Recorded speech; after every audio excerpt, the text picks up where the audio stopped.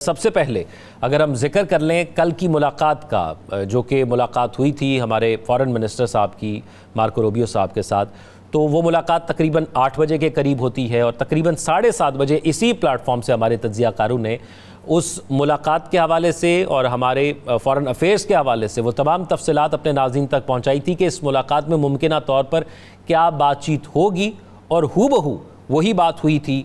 तो ये भी हमारी इस प्लेटफॉर्म की और इस प्रोग्राम की एक कामयाबी है कि हम चीज़ों को अच्छे तरीके से इंटरप्रेट करके आपके सामने लेकर आते हैं। नजम साकिब साहब, जो मौजू आज जिस पर हम बात करना चाह रहे हैं वो खारजा पॉलिसी है। तो बुनियादी सवाल, सबसे पहली चीज़ ये है कि फ्रॉम डिकेड्स हम किस फॉरेन पॉलिसी के अंदर अब मौजूद हैं और मौजूदा पाकिस्तान की ये खारजा पॉलिसी और फॉरेन पॉलिसी क्या है? देखिए ज़ौक, आपका ये प्रोग्राम जो है वो ना सिर्फ़ आपके नाज़रीन जो हैं पाकिस्तान में हर शोबा है ज़िंदगी से उनका ताल्लुक़ है, फिर आपका ये प्रोग्राम जो है 92 बाहर भी, मुल्क से बाहर भी देखा जाता है कई ममालिक में। अब उसमें यह भी हो सकता है कि कुछ इंटरनेशनल रिलेशंस के स्टूडेंट्स हैं, कुछ CSS के इंटरव्यू की तैयारी कर रहे हैं, तो उनके लिए ख़ास तौर पे ये है कि इस पूरे हमारे पैनल की इस डिस्कशन को ज़रा गौर से देखिएगा, सुनिएगा। हो सकता है कि कोई एक दो पॉइंट आपको नए मिलें फ़ॉरेन पॉलिसी के लिहाज से, और चूँकि इंटरनेशनल रिलेशंस में फ़ॉरेन पॉलिसी एक अहम जुज़्व होता है, लिहाजा ख़ास तौर पे जो स्टूडेंट्स हैं इंटरनेशनल रिलेशंस के, इंटरनेशनल पॉलिटिक्स के, पॉलिटिकल साइंस के, देखिए सबसे पहले ये देखते हैं कि फ़ॉरेन पॉलिसी क्या नहीं होती। फ़ॉरेन पॉलिसी कोई किताब नहीं होती कि आपने किसी एक मुल्क ने जो है वो बैठ गए, उनके 4-5 जगादरी किस्म के दानिश्वर या सियासतदान या ब्यूरोक्रेट्स, और उन्होंने एक ही दफ़ा लिख दी कि ये होगी फ़ॉरेन पॉलिसी हमारी। ये किताब नहीं होती। पाकिस्तान की तारीख़ में 2022 में एक कोशिश की गई और पहली नेशनल सिक्योरिटी पॉलिसी आती है पाकिस्तान में। उसमें एक ख़ास चैप्टर जो है वो पाकिस्तान फ़ॉरेन पॉलिसी के लिए रखा जाता है। अब उसके बाद उस 2022 की पॉलिसी के साथ क्या हुआ हमें नहीं मालूम, हम इंतज़ार कर रहे हैं, क्योंकि उसमें लिखा हुआ था कि हर 2 साल बाद रिव्यू होगा। तो सबसे पहला एलिमेंट ये निकला कि फ़ॉरेन पॉलिसी कोई ऐसी चीज़ नहीं होती कि आप उसको एक दफ़ा लिख दें कि भाई हमारा मुल्क इस तरह से इस डायरेक्शन में ही चलता रहेगा। उसकी बुनियादी वजह यह है कि हालात बदलते रहते हैं। अब मसलन 197 से ज़्यादा ममालिक हैं, तो किस मुल्क में किस वक्त क्या होने वाला है, कौन से ब्लॉक्स बन रहे हैं, कौन से टूट रहे हैं, पाकिस्तान में किस किस्म की लीडरशिप है, पाकिस्तान में किस किस्म के इकनॉमिक हालात हैं, ये सारी की सारी सूरत हाल चूँकि एक बंद कमरे में बैठ के कोई नहीं सोच सकता, लिहाजा इसको ये हम कह ही नहीं सकते कि फ़ॉरेन पॉलिसी जो है ना वो कोई किताब है। दूसरी बात जो है वो बड़ी अहम ये है, इससे पहले कि क्विकली आपको बताऊं कि कौन सी चीज़ें डिटरमिन करती हैं किसी मुल्क की कि फ़ॉरेन पॉलिसी जो है उसकी कैसी होगी। हमारे यहाँ पिछले कुछ बरसों में ये बात आया जी पाकिस्तान की इंडिपेंडेंट फ़ॉरेन पॉलिसी होनी चाहिए, आज़ादाना खारजा पॉलिसी होनी चाहिए, और उस पर लोगों ने बड़ी धमालें डाली कि जी हमने तो एब्सोल्युटली नॉट कह दिया, हम कोई ग़ुलाम हैं, और उसके बाद जो है हम अपनी मर्ज़ी से उस दिन मॉस्को पहुंच गए जिस दिन के रूस ने हमला करना था यूक्रेन पे, या हम यानी पहुंच गए हम विंटर ओलंपिक्स में जो चाइना में हो रहे थे, जबकि पूरे यानी यूरोप ने और अमेरिका ने किया हुआ था, इसलिए कि हम इंडिपेंडेंट हैं। कोई दुनिया का मुल्क ये नहीं कह सकता कि उसकी फॉरेन पॉलिसी इंडिपेंडेंट है, लेट अलोन के पाकिस्तान जैसा मुल्क।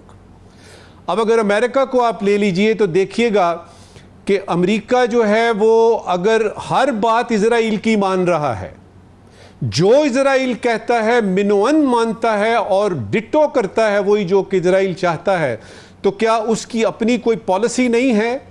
क्या उसकी खारजा पॉलिसी जो है वो हम कह सकेंगे कि इंडिपेंडेंट है?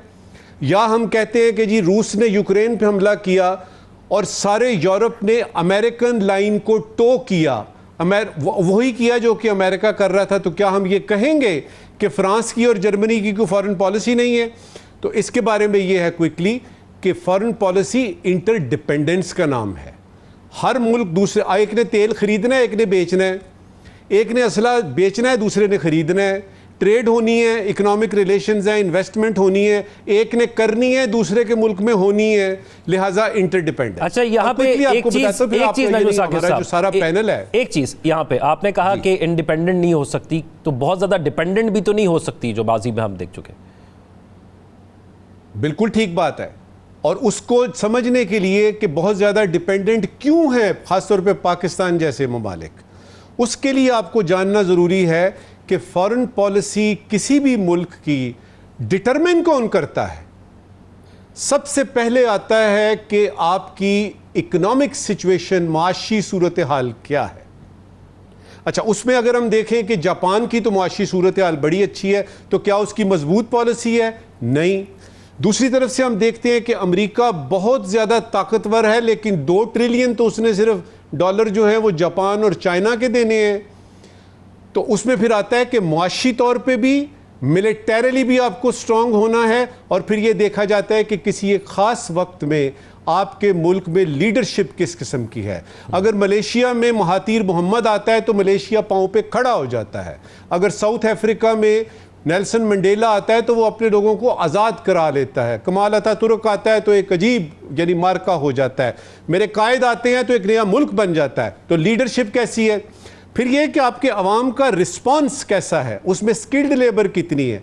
मिसाल के तौर पे माओ ज़ेडोंग जो है, या आपका जो यानी ये जो आपका था डेंग ज़ियाओपिंग जो था, ये खाली तो चाइना को चेंज नहीं कर सकते थे।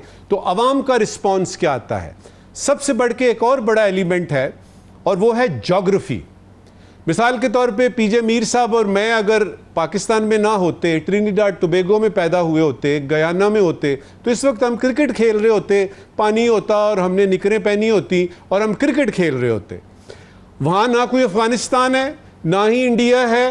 तो ज्योग्राफी एक इम्पॉर्टेंट जो है वो एलिमेंट होता है।